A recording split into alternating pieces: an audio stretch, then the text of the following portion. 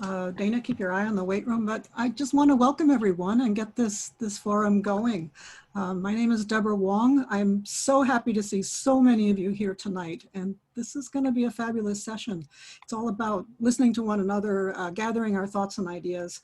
I should say that we are gathered here tonight thanks to 5 extraordinary community organizations, and they are the Riverside Coalition for Police Accountability, which I co-chair with Michael Dunn. Also the NAACP Riverside. Also, All of Us or None, the local chapter. Also the group. And finally, the ACLU of Southern California, the Inland Empire office. So these are our partners tonight, and it's I'm just so happy to have all of you here with us. So welcome to this community forum. This is Riverside Speaks Up, the community's police. And this is a forum in which all of us together are going to talk about and discuss and perhaps reimagine what we want for the Riverside Police Department. A few housekeeping matters. I should say that we are recording this session. So if you're here, you are basically agreeing to be video recorded and audio recorded. We've also posted our guidelines for respectful interaction in the chat box. And again, by virtue of joining us, you are agreeing to respect, those guidelines as we proceed. I encourage you to use the chat window throughout this session. One of us will be keeping an eye on it. We will try to bring some of its content into the discussion, but I am absolutely sure that there's going to be more than we can handle in 90 minutes. But as you know, we can save the chat, and we will, so that we preserve all of your thoughts and ideas. And of course, you are welcome to read the chat as the event goes on. But let me turn to our purpose tonight. Enough with the housekeeping. Our purpose tonight is to respond to this absolutely urgent national moment of reckoning, right? We are here together tonight to think deeply about the deaths of Black men and Black women and people of color, deaths at the hands of law enforcement.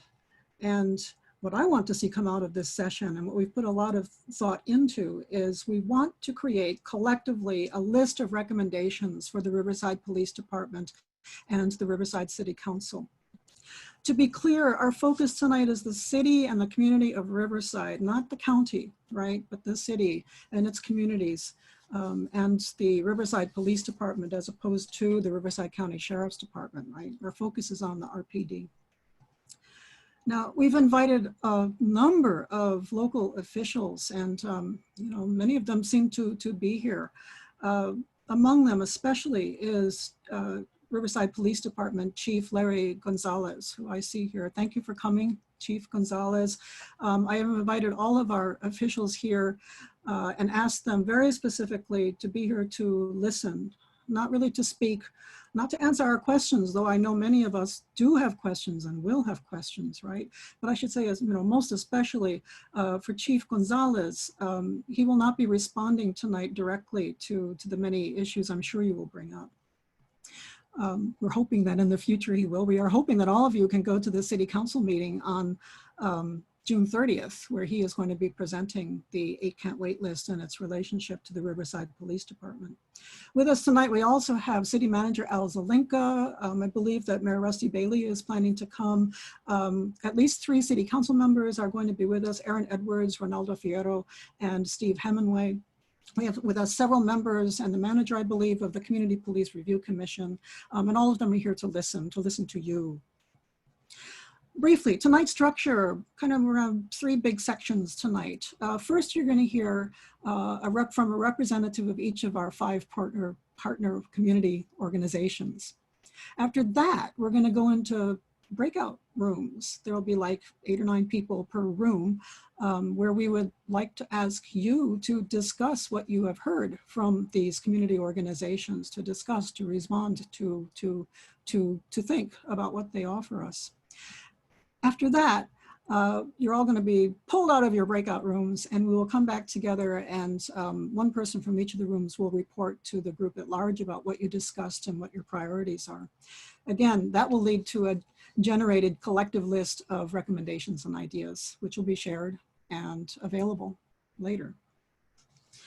The basic position of the Riverside Coalition for Police Accountability is this: the 8 Can't Wait list is fantastic. I encourage you to go look at that website, acantwait.org. But we aim to go beyond it, to salute and recognize and agree with that amazing list, but we want to exceed it here with the Riverside Police Department. Our vision for a community-oriented Riverside Police Department exceeds the Eight Can't Wait fantastic list. Before we go any further, can I ask you to join me in a moment of remembrance for those who have died at the hands of the police? May I ask you, just for a few moments as we do this, to unmute yourselves, just temporarily to unmute yourselves. And when I read a name, can I ask you all to repeat it back to me? Good, I'm seeing your little red microphones go off. Unmute yourselves.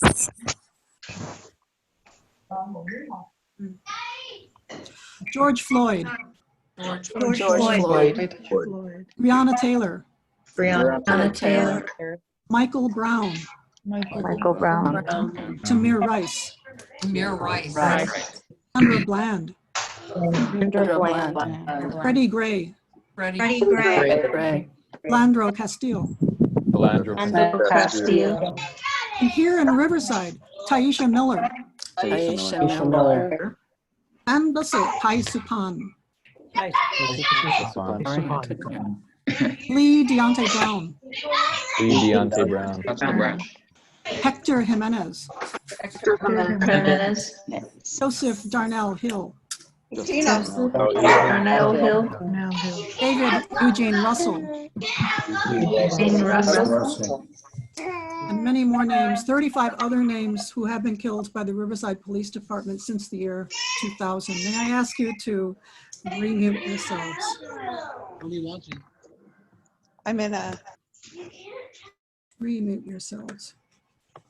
A few days ago, Assembly Member Shirley Weber, who is the chair of the California Legislative Black Caucus, said this, and I quote, "One thing is clear this Juneteenth, change cannot wait. Today, not only do we commemorate Black liberation from slavery, we also commemorate victims of police brutality and the lives lost at their hands." Close quote. All right, let's move into presentations by our 5 partner organizations. Each of these amazing people you're about to hear from will have only 5 minutes each, which is not enough time. We never have enough time to say all the important things that need to be said. But our partners who will present in order are going to be Corey Jackson, Vonya Quarles, Jack B. Clarke Jr., Eva Bitrán, and for the RCPA, me. And first, let me introduce Corey Jackson, who is the political action chair of the NAACP Riverside, and he also serves as the elected, holds an elected seat on the Riverside County Board of Education. Welcome, Corey. Thank you very much, Deborah, for your leadership in this and to bring us all together. I want to make sure that everyone knows that our branch president, Dr. Regina Patton-Stale, is also here, and with her leadership has continued to ensure that the NAACP continues its over 100-year history in fighting on behalf of people of color in the United States. I think it's very important to understand the pain, the anxiety, and yes, even the rage that African Americans are facing all over the world, but particular also here in the city of Riverside, and understanding that this is nothing new for the African American community, but we are so inspired by the allies that have shown in the streets, in the boardrooms, and even here in this space, honoring and recognizing that Black lives do matter. And with that, we've really been focusing on a few priorities that we have would like to see instituted. And once again, we do recognize the efforts that the Riverside Police Department has put forth in terms of the 8 Can't Wait. But recognizing that just as really a starting point, right? An opportunity to say, you know, that's the least that can be done when it comes to police misconduct, police brutality, and indeed police murder. And so when we think about that, we do understand that we definitely need to ban and see an end to chokeholds and strangleholds, but really any unnecessary violence, any unnecessary things that dehumanizes and harms others. We need to see an end to the use of rubber bullets, who is causing so much destruction to the human body, as well as an end to the use of gas. And we need to make sure that not only do we require a duty to intervene, but that if you don't intervene, that there's also consequences for that as well, right? Meaning there's too much, and we continue to see reports of when officers do intervene, we see this all over the nation, that even they are the ones that end up getting disciplined instead of those who are committing the acts. We saw the state of Colorado end qualified immunity. We need to end that here in California for sure. And the more that we're able to raise our voices for that, will ensure that justice is in fact secured. And then we also need to make sure that we take actions such as the city and county of San Francisco, city of Kansas City. We're now seeing the city of Los Angeles start to move towards making sure that unarmed professionals such as social workers are the ones that respond to non-criminal matters involving mental health, the homeless, school discipline, neighbor disputes, whatever it may be. But it's time that we reimagine what true policing is all about. And instead of saying policing, we probably should say just community safety, right?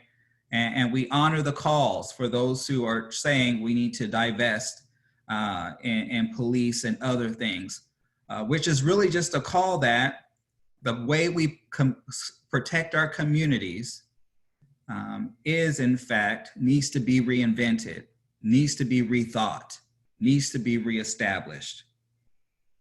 And then lastly, I would just say that the NAACP is calling to ensure that any officers who are found to have any discipline issues, to have public complaints filed against them, that they stop patrolling, stop policing those communities with high numbers of African Americans, especially in them as well.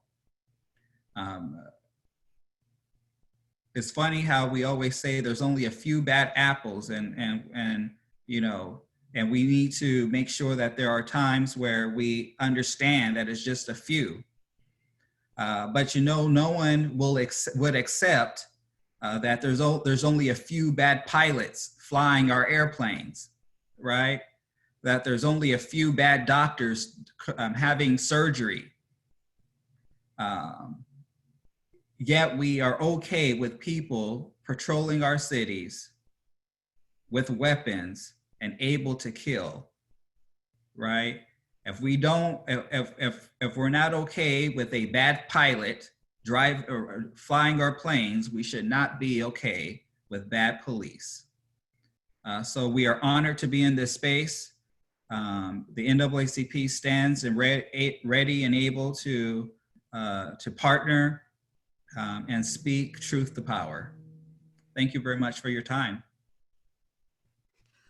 Thank you, Corey Jackson, Political Action Chair of the local NAACP. Thank you, Corey Jackson. Of course, the gravitas of the NAACP, they have worked on these issues for, over a century, right? So that is why we begin with the NAACP tonight. Thank you, Corey Jackson. For those of you who are just joining us, we are hearing presentations by representatives from each of 5 community organizations that have been thinking about and working on these issues for many, many years. And next up, I would like to invite Vonya Quarles to speak. She leads All of Us or None here in Riverside. She's also the executive director for Starting Over, Inc., which is a nonprofit in Riverside focused on transitional housing for the homeless, the formerly incarcerated, and the mentally ill. And I think we all know that Vonya Quarles is well known for speaking truth to power, and we all learn from her when she does. Vonya Quarles. Hi, and thank you, Deborah, and thank all of you for being here on this call. That speaks volumes. You could be doing a lot of other stuff on a Monday evening. I am a member of the Riverside Chapter of All of Us or None. Riverside All of Us or None is a true democracy in that no one gets to lead it or direct it. I kind of am part of it and very proud to be part of it. Riverside All of Us or None is a group of system impacted people who have been incarcerated, convicted, and who are friends or family members. And so the work is centered and led by system impacted people. And so we believe that experience has given us a certain degree of understanding about the system, both from the outside and the inside. And so in speaking about incarceration or policing in Riverside, most of our work has been done at the county level. And so we have been working at the county level to try and change things. One thing that the city of Riverside has that we would like to see in the county is a community oversight or a community engagement commission that has subpoena and investigative power. We believe that needs to happen. And I'm aware that Riverside has that in place already, and kudos to the city of Riverside for having that. But I believe the question is, can an entity like the Riverside Police Officers Association weigh too heavily on that commission and its function to the point that it's no longer functioning? And I don't have the answer to that question, but that's a question that I would like to pose. Some of the things that we think are critical, and while I think the term defund might be scary to some people, I think in the context of understanding that budget reallocations and budget balancing has to be considered. There's no way that we can get around this moment in time without considering and actually taking actions to redistribute the city budgets, the county budgets, the state budgets, and the federal budgets, so that we don't see the amount of resources that we see in the city of Riverside, the county of Riverside, and the state of California continue to go unevenly to law enforcement, especially when the outcomes aren't suggesting to us that they're working or benefiting the public safety or the public health of the communities that we have to share. And so in thinking about reallocating the city budget, We believe that police budgets have to be reduced, and they can be reduced over the long term with a particular goal of where that's going to leave us. We don't believe that police should be occupying our learning centers for our children, that they could come out of those places. They could be replaced with counselors or peer support folks who can come in and maybe give us outcomes that don't include juvenile detention for childish behaviors that often occur in the schools that are currently being criminalized. We believe that there should be more funding for housing, more funding for health, and that we have to, if we're going to be responsible and do our civic engagement, we have to challenge the current budget and the amount of money that currently goes to the police department or the sheriff's department or the state correctional department. We believe that the police officers associations and those unions should not be allowed to control election outcomes or exert power and influence over our elected officials. We believe that that stands in the way of what the people want. And when I look at George Floyd and the almost 600 people in California who have been killed by law enforcement, I feel that I'm funding that. I feel that I'm a part of that or complicit in that. And so for me as a person that pays taxes and is working to build a better and beloved community, it feels hard to sit back and watch and not want to take action. So I'm truly grateful to the people that are currently now engaged and watching. And I just want to say it's not a personal issue. It's not to come down on a particular chief or a particular sheriff or a particular attorney general. It's to say that we have systemic problems with the public safety and its origin, whether we look at it historically or contemporarily. We've had historical problems with this system, and now we have the opportunity to correct it. And it's, you know, it takes courage. It takes courage for all of us to make the kind of changes that this moment demands. Not a moment taken out of time, but a straw that has broken the camel's back and is dictating to us that we have to take action. We owe it. And I'm so glad to see that this isn't just Black folks talking about the criminal justice system anymore. It's complicated because when a Black person talks about the criminal justice system, people think that Black folks are criminals, when in fact, data and statistics show that's not the case. Black folks commit crimes the same rate as any other ones. And if we're talking about how we change something, that's part of the structural racism that's embedded in the current system. And so we just appreciate the understanding and the willingness to think and reimagine public safety from a perspective of racial equity, of public health, and the human services. And it's, you know, I look at law enforcement sometimes and it's like we've given them everything to be responsible for and then walked away.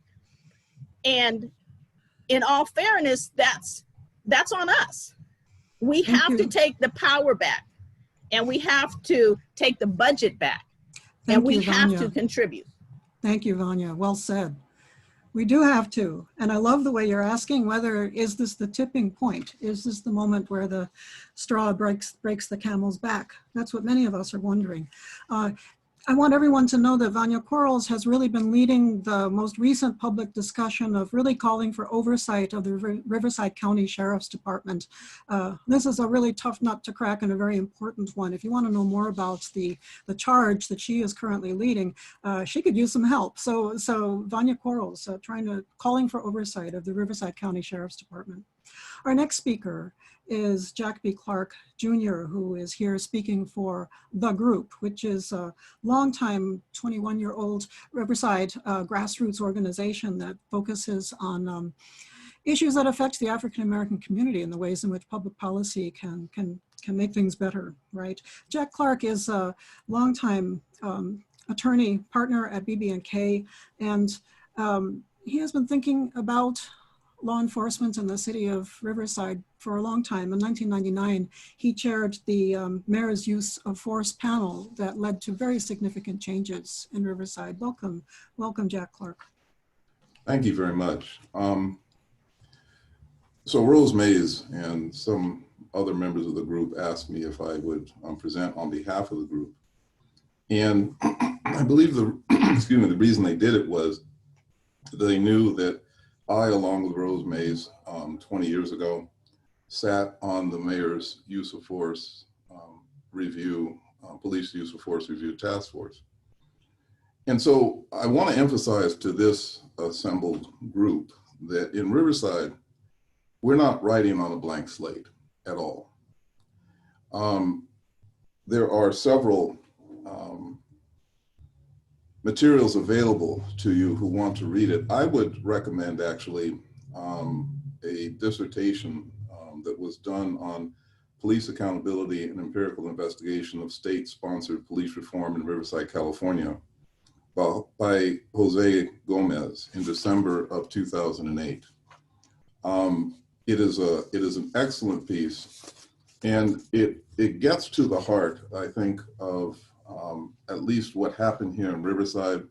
Many of you, if not all of you, know that in December of 1998, a young African-American woman, Taisha Miller, was killed as officers attempted to revive her, and ironically, were called to provide her to assist her, since she was unresponsive in a parked car, and they ended up killing her. That set forth a firestorm of response in this community. And as noted in the dissertation, national leaders and celebrities, including Reverend Jesse Jackson, the Reverend Al Sharpton, Martin Luther King III, Dick Gregory, Kenneth Babyface Edmonds, all visited Riverside to express their indignation.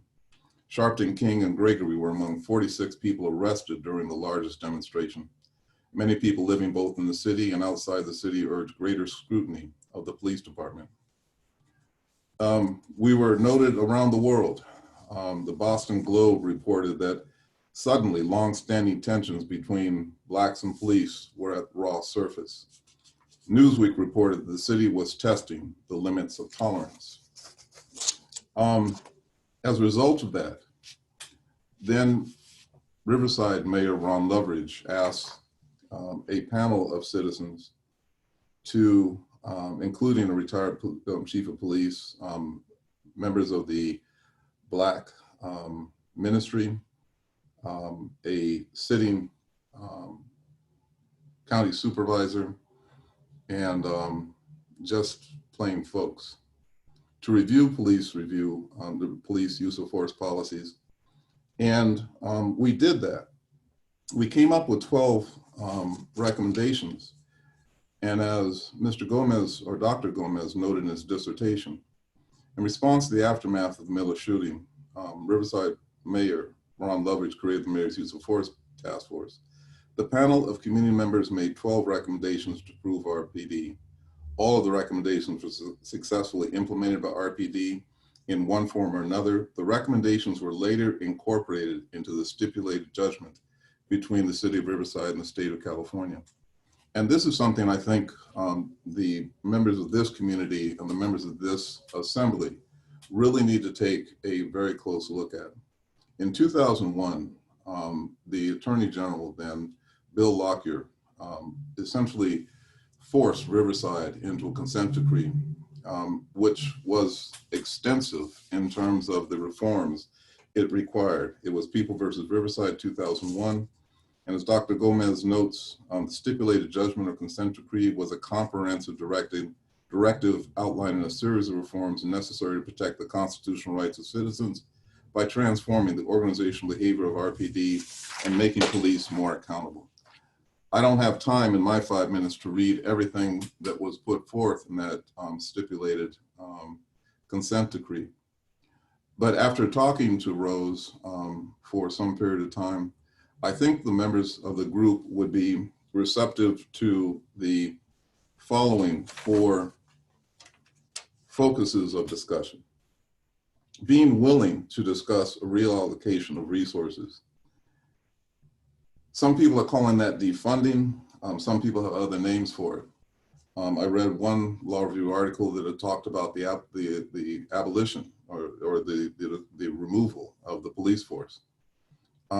Whatever the reallocation of resources might be, there needs to be a look at specific outcomes. We're talking about community safety of all people. And so if there's going to be a reallocation, it needs to be focused and well thought out. In Riverside, partly as a result of the work of the Mayor's Task Force, we do have a Riverside Citizens Police Review Committee. And I want to emphasize to this group that is not something simply that the City Council put together. That is now part of our city charter. It can't be removed. And so I think it's important that we listen to that body, find out if they need additional capabilities, and find out if there is resistance to their function, and if so, that needs to be removed. Look for means for the police department to be more transparent. Strengthen community policing. And this is an important point, and it became clear to me 20 years ago. The police force must never, ever see itself as an occupying force that in some way is separate from the community it protects. If that occurs, it is a prescription for literally disaster. And then the other issue that the group believes is should be very open to discussion, and that is increased police accountability. The group is aware that there's been a move to remove qualified immunity. As far as the group is concerned, that as well as everything else should be on the table for discussion at this critical time. I think that takes up my 5 minutes. Thank you, Jack B. Clarke Jr. That was succinct, important, on point. Again, I've learned so much from watching you address these issues over many years' time at this point. Thank you. Yeah. I turn now to Eva Bitrán, who is a staff attorney at the ACLU of Southern California in the Inland Region office based in San Bernardino. She's a specialist in immigrant rights as well as law enforcement. And she has not perhaps been in Riverside quite as long as some of us. It's been about 5 years now, I think, but she has put down deep roots very quickly and has become indispensable to community gatherings. So Eva Bitrán, thanks for coming. Thank you so much, Deborah, for the kind words, and thank you so much to everybody in this space for having me. It's a real privilege to share the stage with so many community leaders, and especially Black leaders, to understand community priorities and demands. I'd like to reiterate that I really think this is a gut-wrenching moment that calls for a bold, courageous reimagination of public safety. I think we should fundamentally rethink how we keep each other secure in a way that keeps everybody in this community secure. So my recommendations to that end fall into 2 categories, those to the council and those to the Riverside Police Department.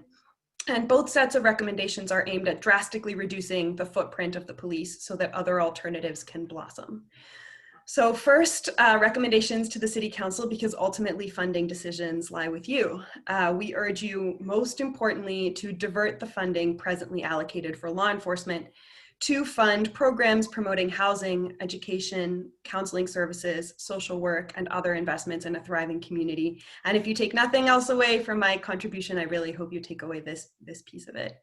Mechanisms for this include reduction in the next budget with a pledge not to increase in the future, immediate cuts to overtime pay, immediate hiring freezes, but fundamentally we ask you to create a participatory budgeting process that allows communities to designate funding based on their priorities, which may include defunding the police. Next, we urge you to promote accountability by ordering comprehensive, immediate, independent reviews of all officer files and terminating without pension officers with sustained charges of misconduct. This, I think, echoes some of the recommendations that Corey made as well. And finally, we urge you, the council, to block acquisition of military and surveillance equipment, including riot gear, and withdraw maintenance funds for, and otherwise order the decommissioning of any such equipment currently in RPD's possession. So those are my top 3 line items for the council. Let me quickly turn to 3 more for the police department. So to RPD, we urge you to fully implement AB 392, the bill that changed the use of force standard, including making it clear that officers may use deadly force only when necessary in defense of human life, and to require officers to exhaust all other options before using deadly force. We also urge you to adopt policies that end consent searches. Officers ought to have probable cause for every search and detention, and should not question people about offenses beyond the one for which they were stopped, unless they do have probable cause. Finally, we urge you to immediately stop enforcing low-level kind of quality of life or vice offenses. And these 3 recommendations really come from work that we've been doing with partners here in Riverside, but also in similar regions here in the state, to understand what it is that could make the most meaningful impact. Each of these recommendations could be implemented immediately. And we believe that by taking these steps, our city's leadership can really make a community where everybody feels invested in public safety and where everybody ultimately feels safe. So again, I hope you take these recommendations to heart. I look forward to discussions and to hearing more from other people in this community about your priorities. I think I echo the calls from others that this moment does require reimagination in what accountability looks like, what public safety looks like, that may be different from what's come before, learning, of course, the lessons of what's come before. And I'm really eager to keep participating in these conversations with you. So thank you very much for having me. Thank you, Eva Bitrán.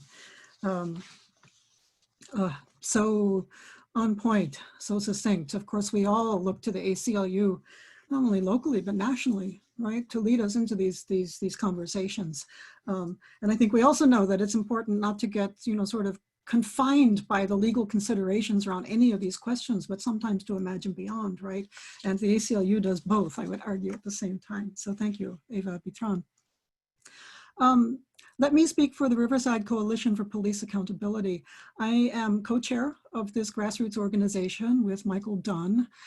We were created in January of 1999, a matter of days, a few weeks after Tyisha Miller was shot and killed by the Riverside Police Department. And we've been meeting pretty much ever since then in one way or another.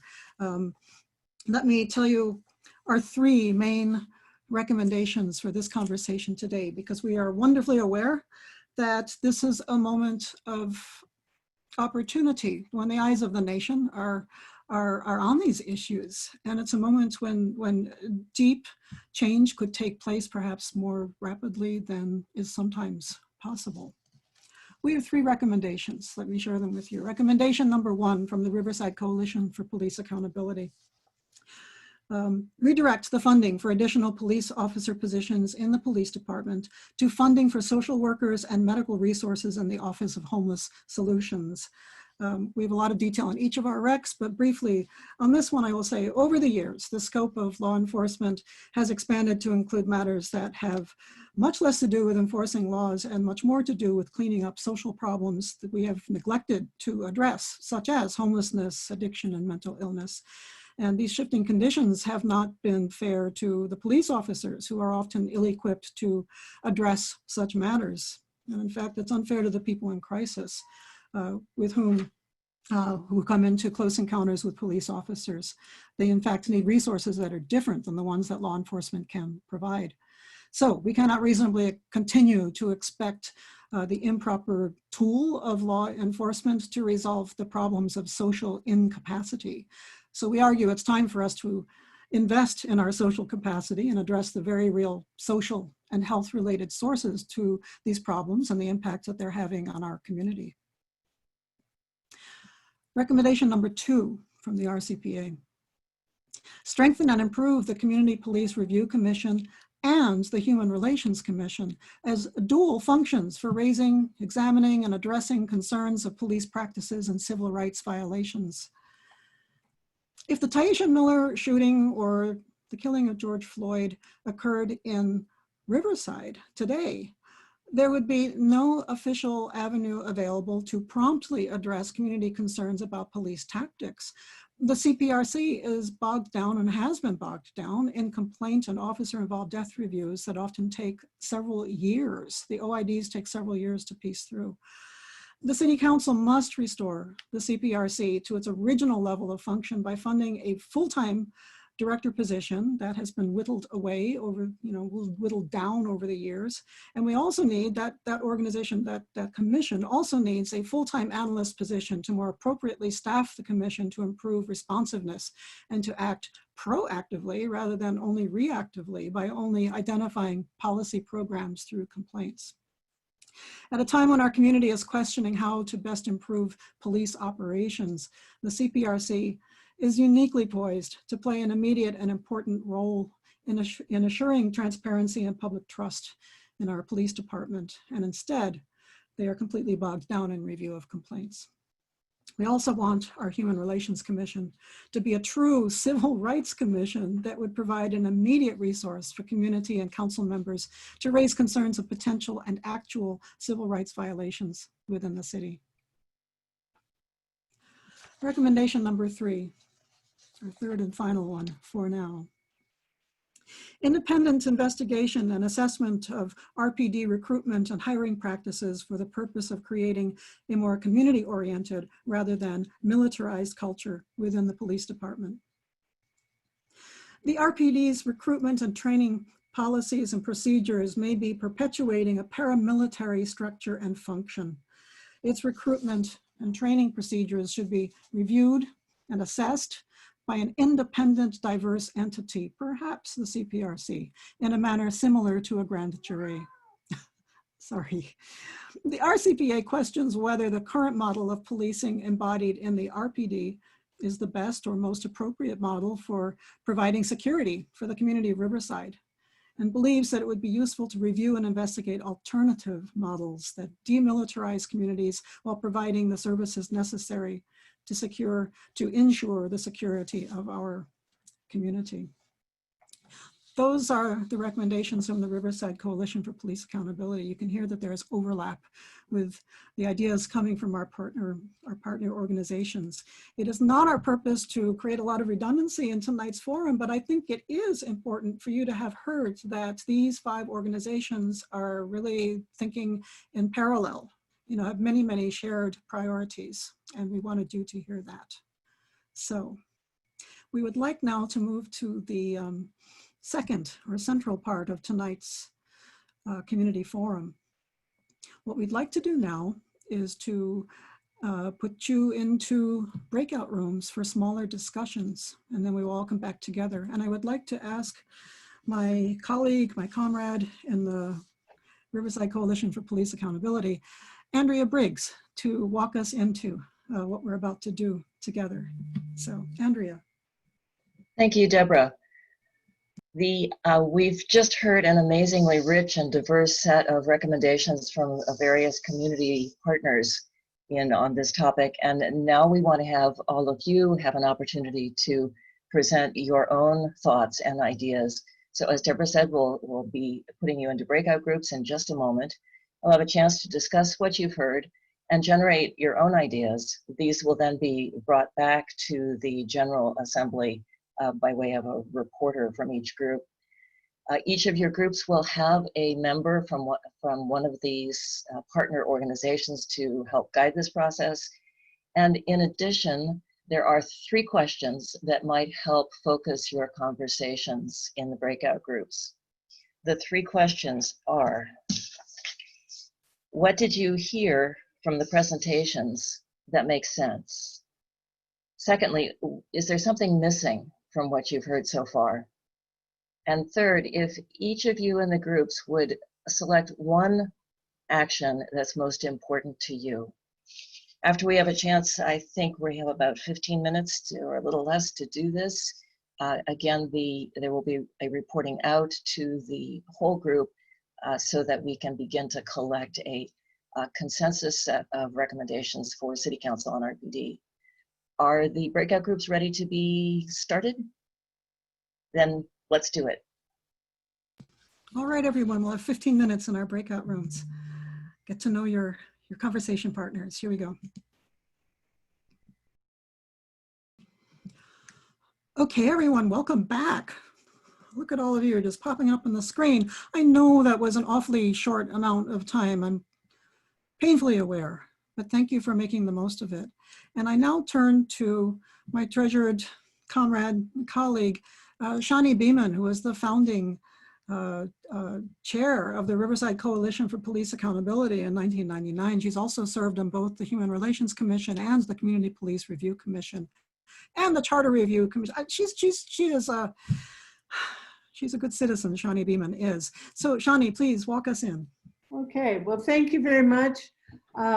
We trust that the conversations you were able to have in the smaller groups will now sort of enrichen all of us as we report out what the answers to the 3 questions were in each of your rooms. And while we're doing that, I'm going to be taking notes, and you will see your suggestions. I've already written in the suggestions.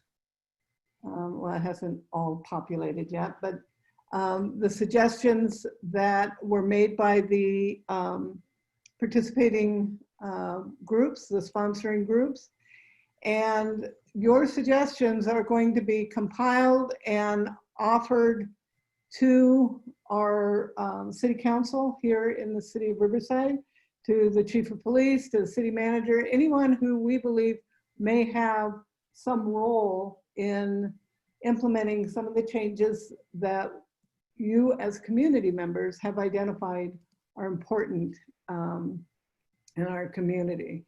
So with that being said, I will turn to group number 1, whoever the facilitator for group number 1, if you can unmute yourself and share with us the findings of your particular group. Oh, this is not happy right now. Oh, May I suggest, Chani, that each room take no more than 1 minute to report back, since there's 18 rooms. Oh, okay, yes. So very briefly, report back. And thank you for that reminder about the timeliness, because obviously there's a lot of redundancy, and so it's not going to be important to explain something that has already been explained in a previous report out. So it's enough to say we agree with banning chokeholds. You know, we will note that it was repeated several times, but not need to explain why you think it needs to be banned. So let's go ahead and start with discussion group number 1. You could unmute yourself and take about a minute to report out your discussion. Okay, so this is Tori Dalzell. I wasn't the moderator, but the moderator decided to make me our spokesperson, so I'm reporting in this case. So the big thing that our group agreed with, or what made sense to us, was reallocation of funds, with the understanding that that means the officers' responsibilities are actually more limited in scope. So some of the things they're responsible for now, they won't be responsible for them after that reallocation of funding. As far as what was missing, this kind of touched on what was already said when it came to training, but also with recruitment. If we wanted our police force to look more like our community, actually recruiting from the community, or retaining people from our community to make it look more like the community that it's in. And then as far as action, probably along the lines of training when it comes to community safety and that de-escalation and negotiation first, instead of use of force. So that's kind of in a nutshell what we discussed. Thank you. I had to mute myself because of the dogs. I apologize. Thank you very much. So if we could go to group number 2. I think that was me. I don't really remember. Since no one else is jumping in, I will assume it's me. And Chani, I can provide these to you in writing later. But almost everyone agreed that resource allocation and redirection of funds would be the #1 priority. But we had some interesting caveats and additions to that. A living wage, would help go a long way towards solving some of our problems. Allocate more allocation towards health, even preschool and childcare options.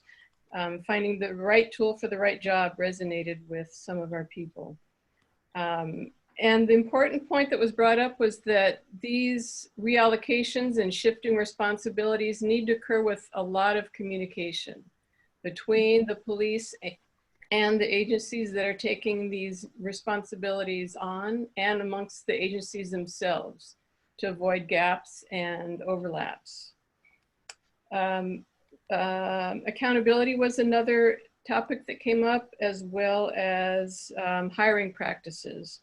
And one of our members was actually on a panel at UCR with Hank Rosenfeld, giving civilian input to the hiring of actual police officers, not just the policies, but reviewing actual officers themselves as they were considering to be hired. Another point, the last one, was that yes, police unions have a lot of power, maybe too much, but let's not vilify unions. They serve an important role.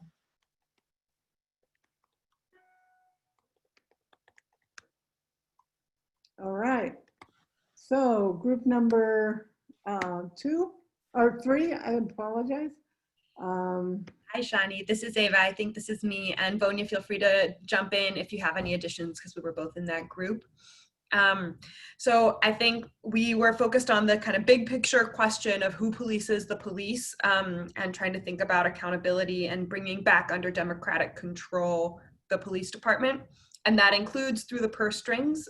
So there was definitely at the very, very beginning of our conversation, flagging that a lot of people around the state and the country are focused on defunding, and that's a solution that might make more sense given that more incremental things have failed to rein in violence.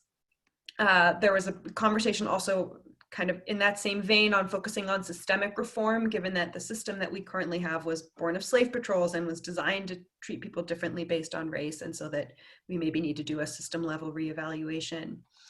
Other comments included a phrase that I thought was very powerful about keeping the peace through peaceful means, and trying to think about that as the paradigm that we should be working in. And then 2 kind of more specific or concrete ideas that were mentioned were strengthening the CPRC and Human Rights Commission, and then tackling the role that qualified immunity and police unions play in shielding review.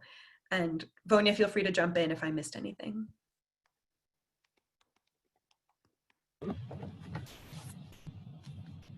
I think the only thing that I can remember that was said was about how sometimes we get into the one bad apple metaphor, which causes us to steer away from systemic causes and focus in on 1 or 2 bad officers' actions instead of focusing on the very system. That was it.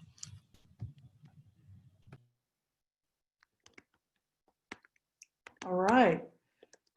Group number 4. How are we doing there? Who's going to report out? Chani, I have no idea what my group number was, so I'll claim 4. Okay. This is Andrea. Reallocating funds was the one that came up again and again.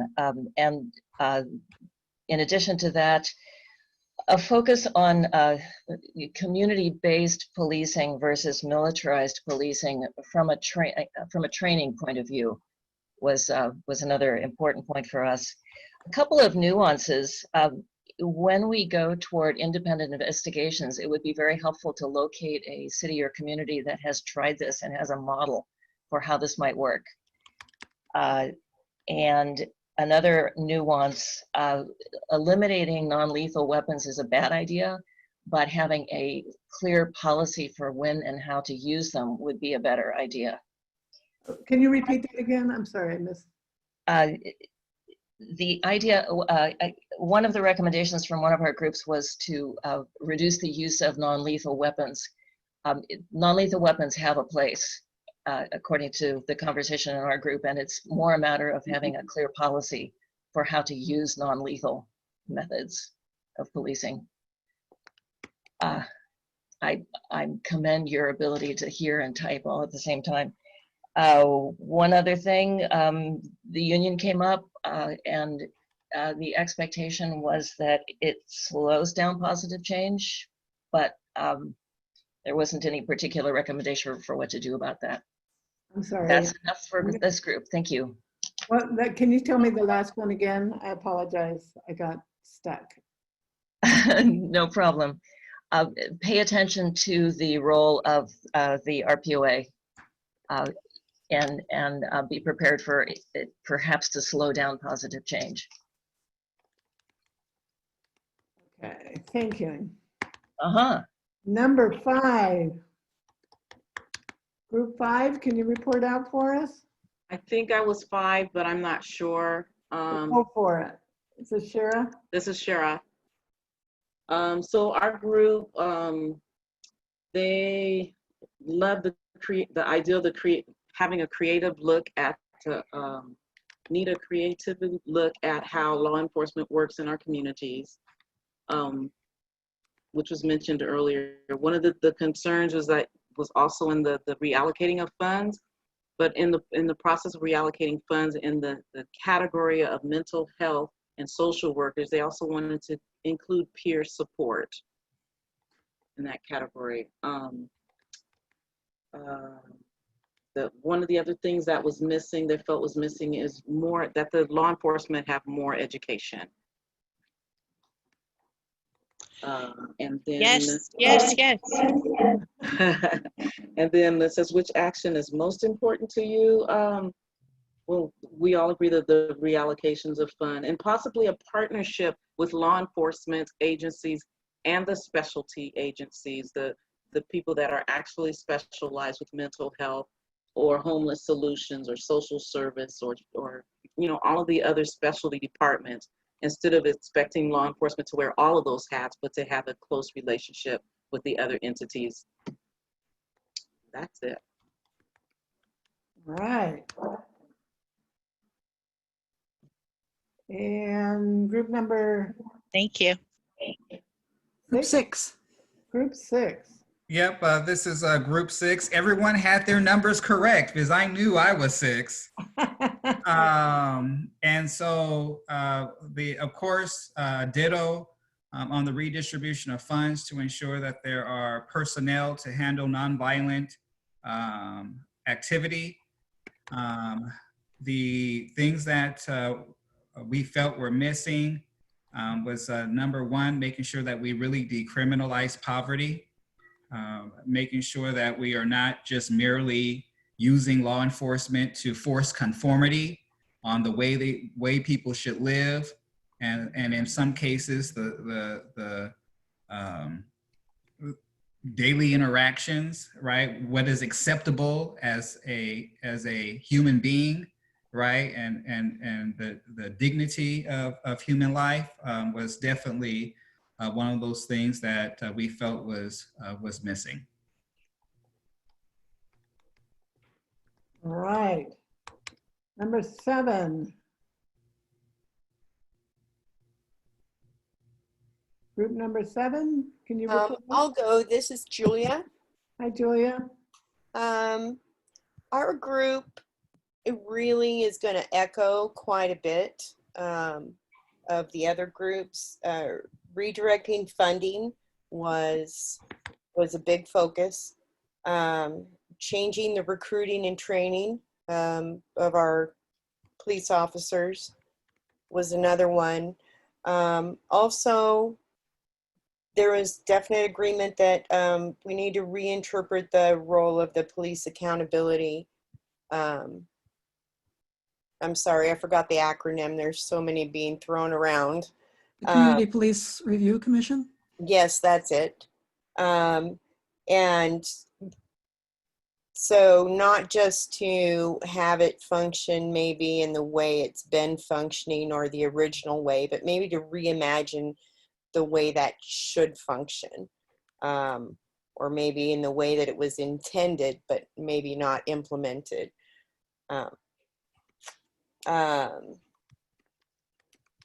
The public should have more authority What was missing was what kind of quick wins, and this was more of a question, not necessarily an answer, but what kind of very quick wins can we use to gain some ground without having to wait for the budget? And I think that was about it. Great. Group number 8. We're cooking through these pretty well. Group number 8. I think that was us. So we've, you know, as group 8, I think most of what we talked about has already been said. A lot of what we discussed was about redirecting funds away from police and towards social programming, particularly emphasizing the importance of, if you think about school-based violence and the role of police in schools, thinking about redirecting or refocusing on school psychologists, school counselors, school social workers, addressing, you know, mental health issues as mental health issues rather than police issues. We were interested in thinking about how a community can think about reimagining its own safety and thinking about its own safety. We talked a lot about demilitarization as well, the presence of automatic weaponry, the presence of like armored personnel carriers and things like that. And other than that, I think everything else has been covered. Thank you. Group 9.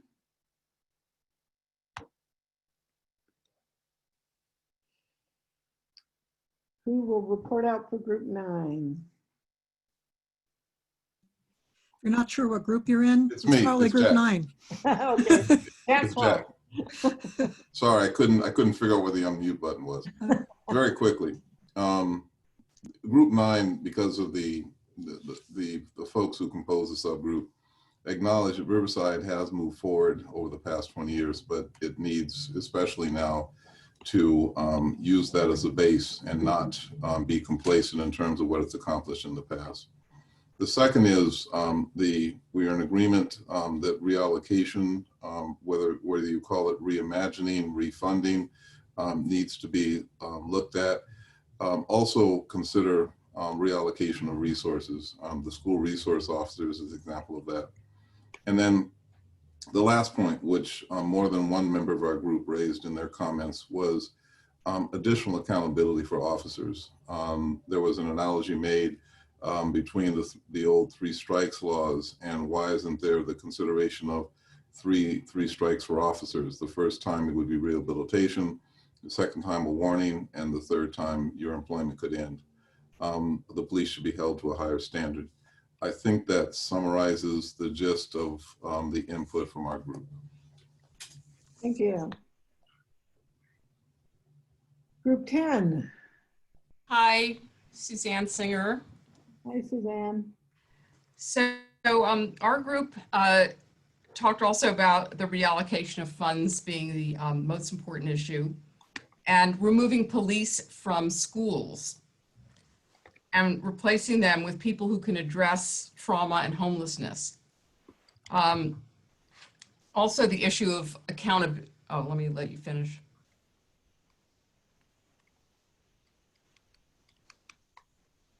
The issue of accountability, especially a couple of things being, of course, qualified immunity, and also unions shielding their members, and the fact that funding from, you know, sheriff's department or whatever goes to politicians, and therefore they don't want to cut their funding. And then there was an issue about the 8 can't wait. Okay, I'm going to wait till you finish that too. Okay. The 8 can't wait, which, you know, like banning chokeholds and things like that, being actually a problem because a lot of places have already banned things like chokeholds, and there still have been abuses and deaths. And so the need is for more long-term systemic change, and that can be found at, where is it? 8 to Abolition, as opposed to 8 Can't Wait. I think someone put the link. Yes, it was in the, yeah, 8 to abolition.com.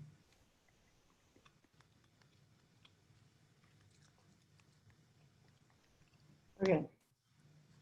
That's it. All right, thank you. Group 11, that was our stellar group, and I think Dennis Lopez is going to report out. Yes, so our group agreed with the abolition of the chokehold. Our group also called for participation in a registry of officer complaints, such that officers who had a history of complaints, like Officer Chauvin in Minneapolis, that we could be informed, the public would be informed of such officers if they were hired, or prohibit them from being hired in the first place. Adherence to California state law regarding local police or Riverside Police Department non-cooperation with Immigration Customs Enforcement on immigration enforcement activities.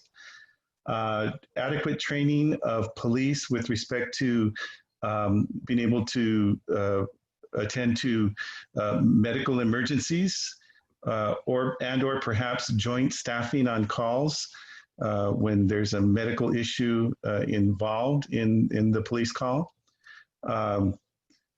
Training issue of ensuring that there's some sort of bias testing to detect those officers that might have some sort of racial or cultural or bias. Budget transparency and accountability and the reallocation of budget resources in the city for policing and other social services needs. And I believe that was what came out of our group. Yep. All right. Group number 12.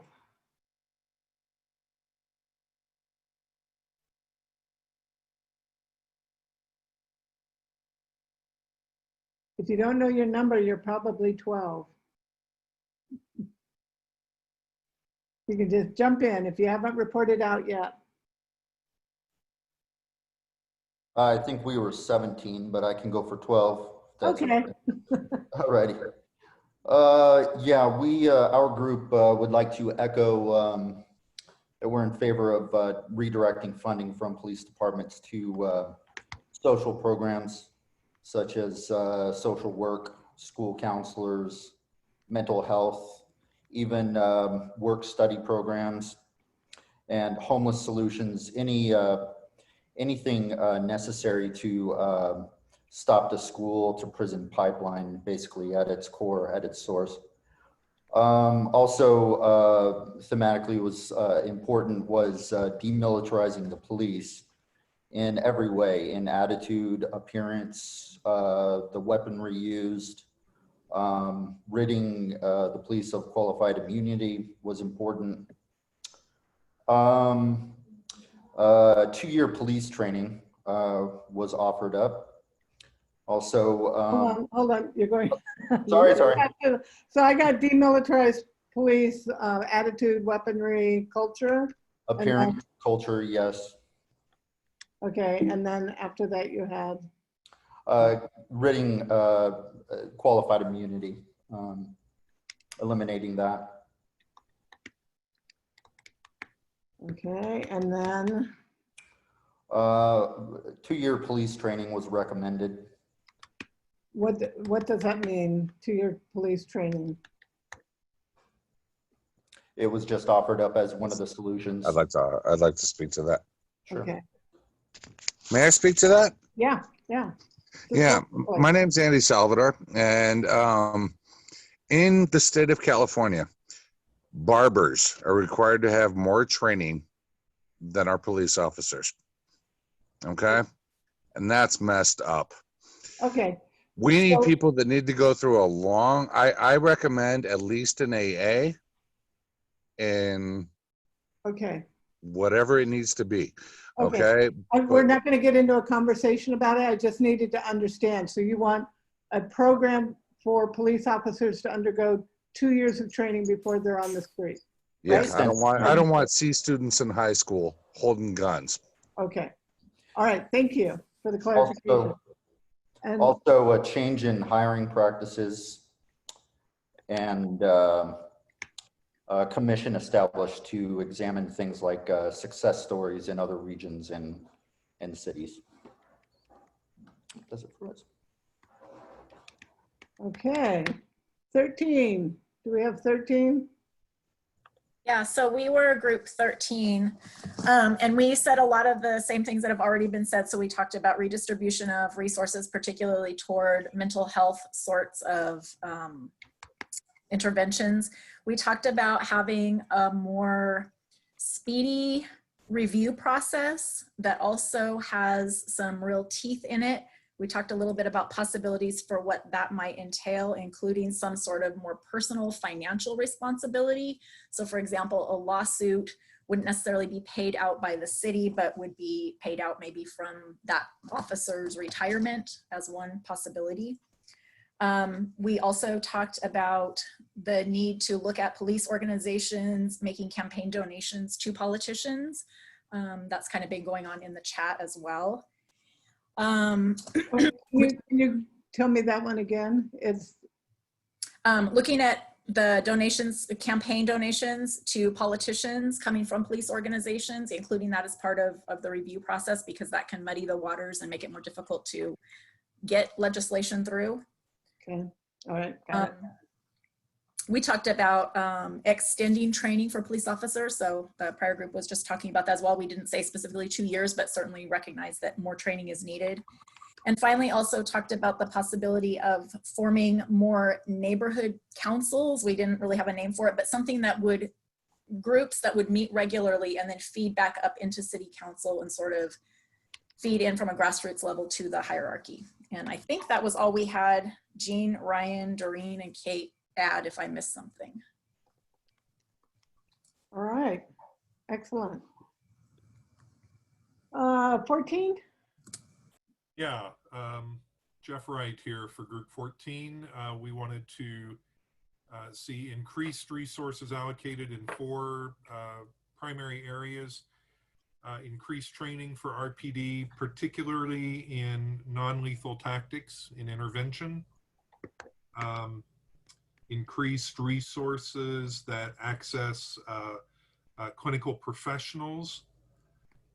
Increased focus overall on the concept of community safety, and increasing nonviolent training opportunities, sort of out of the box thinking that creates more nonviolent responses to situations. Group 14, did I get it right?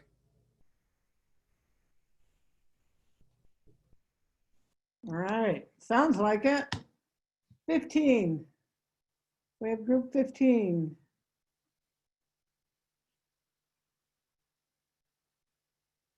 Is there a group 15?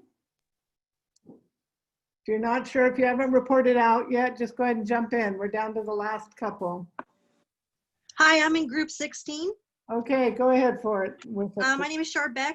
So in regards to the first question and what we heard that made sense, pretty much everything that was brought to the table made sense. But what we mostly talked about was the CPRC and figuring out how to enhance its ability to function. So how could we expand the commission to include more diversity of folks on there so they're not all law enforcement? We also talked about including some youth voices on these matters as well, since they're part of our community. We also talked about targeting some of those resources towards neighborhood awareness and priority basing the budget. So when we were talking about reallocation of funds, exactly like everyone was saying, putting it back into education, putting it back into mental health, putting back into housing. And that, I believe, is pretty much it. If group 16, anybody wants to jump in, I may have missed something.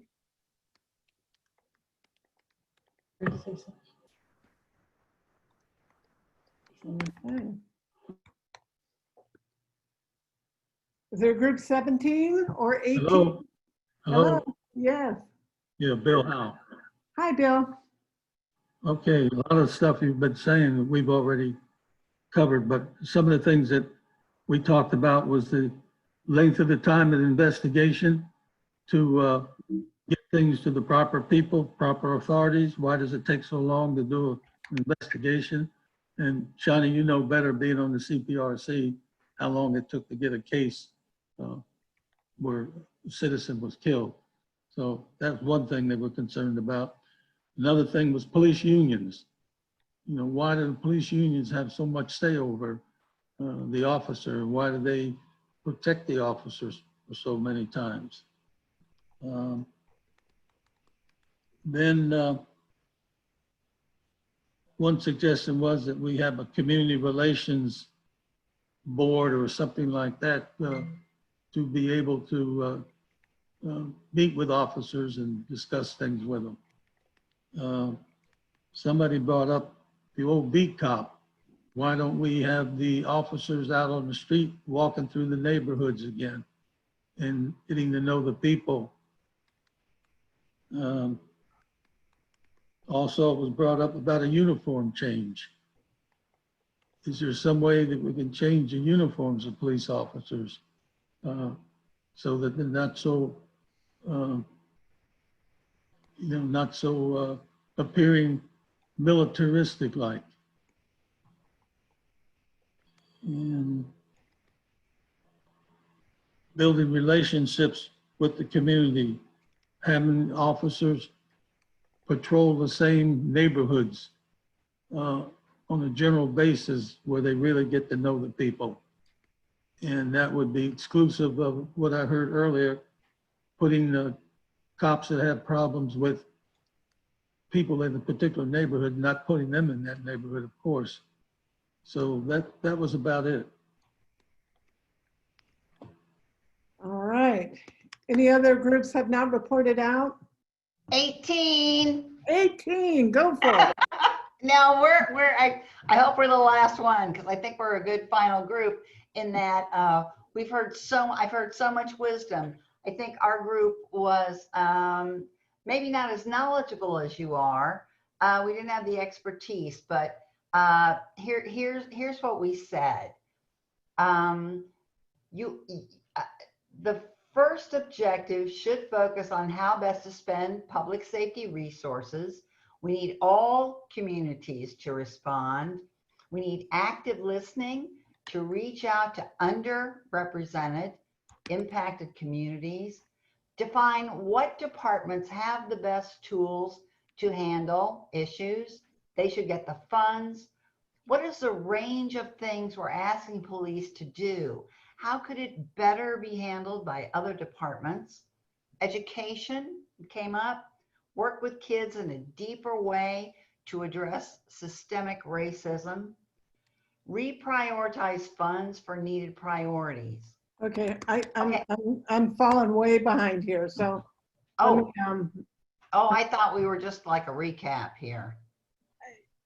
Well, yeah, we're going to recap this, but we want to capture what your specific community input to how to best reallocate funds. Right. And I started to reach out to, I think it was your second point. Reach out to underrepresented communities. Yeah. Active listening. What are their answers to this problem? Active listening. Right. Okay. What departments have the best tools to handle what issues? So is that departments within the city? Yes. Okay. Everybody within public safety. Who can handle this best, and how should we best reallocate these funds? Educate us on this is what we're asking, is because we see the issue, but you know, we need help in understanding exactly where does the money need to go? Where's it best spent? Okay. And I think I'm caught up. Were there more that you had? No, someone mentioned education. Education level of police officers. Early education for children to help address the issue of systematic racism. So early education for children about, I'm sorry. Right. systematic racism. Okay. I think you have it, Chani. And I think everybody can admire the extent to which you just dealt with a whole lot of ideas coming at you. I know we're a little bit over time, but I'd like to spend a few minutes to sort of revisiting the work that we've done and to think about next steps. Yeah. I don't want to keep us too much longer, but let me say that I literally just created a Facebook group with the same title as our event today, where we are going to park information coming out of today. Okay, that's my idea at this point. If somebody has a better idea, let me know. But that seems like the most efficient way to do this. Chani, do you have any thoughts about how we're going to proceed with this list, this amazing list of good ideas at this point? And of course, we're working towards the June 30th City Council meeting, among other things. I think, well, there are two really important meetings coming up. The next one is Wednesday. The Community Police Review Commission is going to be having a presentation by Chief Gonzalez, where I think he will be addressing the 8 Can't Wait. And it is my hope that we can pull together these ideas that were shared tonight and present them to the CPRC to say, okay, you're opening up this conversation. Let's make it as broad as possible. So the CPRC has an opportunity to hear and respond to these ideas that have been provided. And then culminating with the June 30th meeting at the City Council.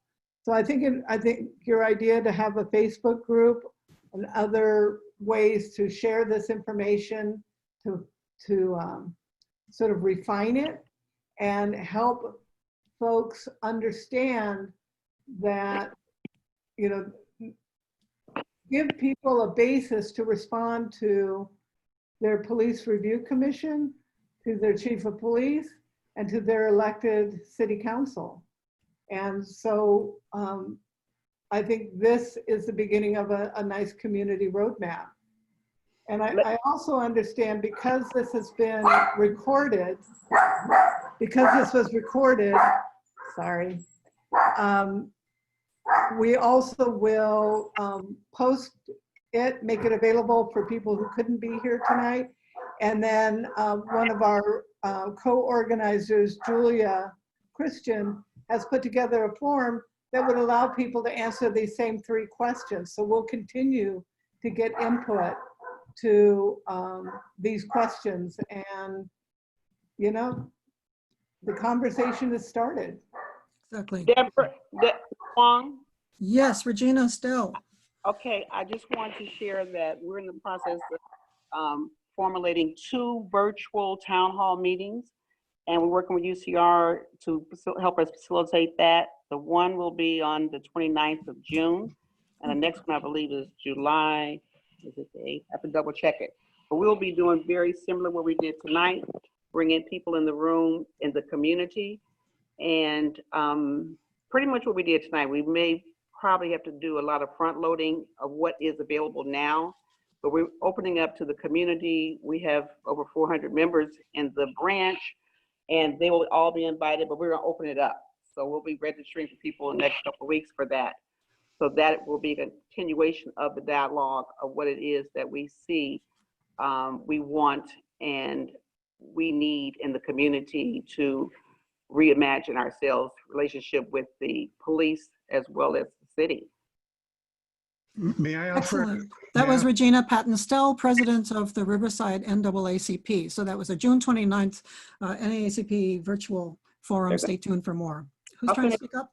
Yeah, may I offer a quick edit to the list that Chani did a great job on, and that is that Group 11 said non-cooperation with immigration customs enforcement on immigration enforcement activities.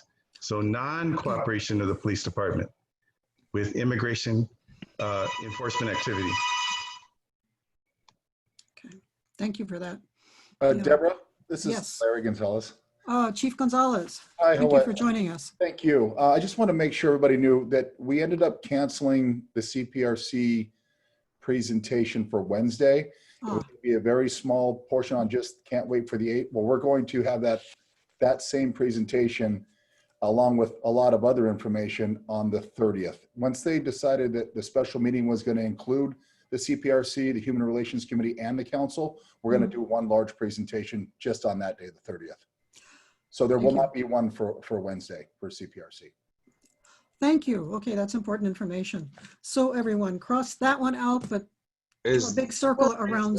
Is that going to take place before or after the vote on the 30th? Sorry, what was the question? Is that presentation going to take place before or after the vote that's scheduled for the 30th for the budget? There's no vote on the 30th. Yeah, the budget was actually pretty much approved at the last meeting. It's a rollover budget with the understanding that they really have no idea whatsoever about revenues and impact of COVID, et cetera. And so it's going to be reviewed every 3 months. And the city council is scheduled to have a workshop to begin doing priority-based budgeting, which is going to be right up our alley. So we need to be prepared for that workshop. That's going to happen, I believe, in July. But the budget is sort of already moving forward, but there's still room for change on it every 3 months. Or sooner, I guess. Okay, I'm sorry. We have a couple of hands raised. Dennis Lopez has had his hand up for quite a while, and then Sheila Riley also has got her hand raised. Dennis. Dennis Lopez, are you still there? Sheila Riley, how about you? Oh, I'm here. I noticed that there were a whole lot of really good ideas in the chat in addition to the stuff that Chani was jotting down. So my hope is that you guys, when you're working on that list, can look at the chat and add things to the list that came up on the chat. I suspect that many things that were added were kind of triggered by the stuff people said. Over and out. This is Dennis Lopez. I'm back. I just wanted to make sure that the correction to group 11 was that we want non-cooperation with immigration and immigration enforcement activities. Chani, we'll check on that. It has been done. Here it is. Non-cooperation with ICE. So we got it. Julia Christian, who are the next two people with raised hands? Jelani Bakari. I'm sorry, I probably messed up your name. Jelani. No, you did not. Hi. I just thought we should take more time and see with the Police Review Commission that it is really citizens and we don't, once again, pack it with, police officers or police union picks, but it's really the citizens. That's why it's called a citizens review. That's it. Good, thank you. Thank you, Jelani. Julia, who's next? Who raised their hand next? I think that's it. Okay, okay. You all have been amazing. I mean, first, let me thank these partner organizations and the amazing representatives that joined us tonight. Corey Jackson for the NAACP, Vonya Quarles for All of Us or None, Jack Clarke Jr. for the group, Eva Bitrán for the ACLU, for many of you others who joined us, Rose Mays for a little bit, Regina Stell, many others. Thank you so much, all of you, for coming, for representing, for sharing, for pointing us in the right direction, for pointing us towards that North Star, right? Really, what I need to say is thank you to all of you who came tonight. it's been a really tough stretch of weeks and months, right? And yet when we gather together in this way and we share ideas in a methodical and I hope inclusive way, much can follow, much can follow very quickly is my hope and my belief. So I thank all of you for coming tonight and for sharing with such honesty and such thoughtfulness, really. So for now, we're going to say over and out. Please join the new Facebook group as quickly as ever you can. We will put things there as quickly as we can. And the rest is about see you at City Hall or online for the June 30th meeting, in which more of this will move forward, I hope. Thank you. Thank you everyone for coming. Deborah? Yes. I'm sorry, Jean Diaz has her hand up now. This will be the last one. Jean Diaz. I just wondered if you were going to have those meetings listed on the Facebook page. I thought I heard several meetings and I didn't write them down except at the 30th one and just how to access. Thank you. Yes, we will. You're quite right. It got confusing there, didn't it? We'll try to unconfuse everyone and put the right information up on the new Facebook group, which is called Riverside Speaks Up, the Community's Police. All right. Thank you to Chief Gonzalez, City Manager Alzalenka, many, many, many others who came tonight from City Hall and various commissions and more. Thank you. Thank you, everyone. I'm going to end the meeting. Thank you, everyone. Good night.